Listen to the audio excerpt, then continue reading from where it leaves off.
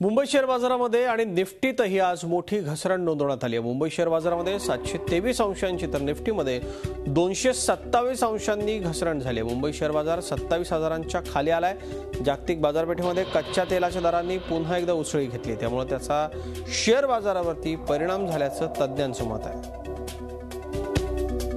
नेमकी काय कारण आहेत बाजार घसरण्यामागे, आपण एक नजर टाकूया।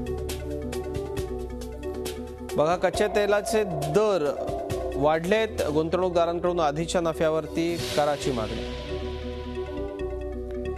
मॅटमुळे परदेशी गुंतवणूकदारांमध्ये भीतीचं वातावरण आहे। कॉर्पोरेट क्षेत्रातल्या उत्पादनात पुरेशी वाढ झालेली नाही। बाजार उघडताच घसरल्याचं तांत्रिक कारण, कच्च्या तेलाचे दर वाढलेत, प्रति बॅरल 45 वरून 67 बॅरल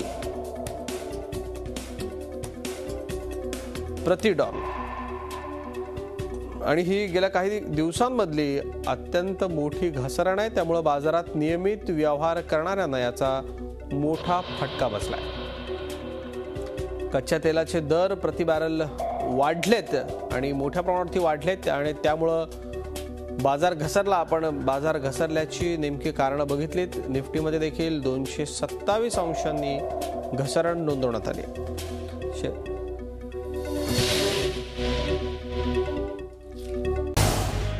झी 24 तास रहा एक पाऊल पुढे।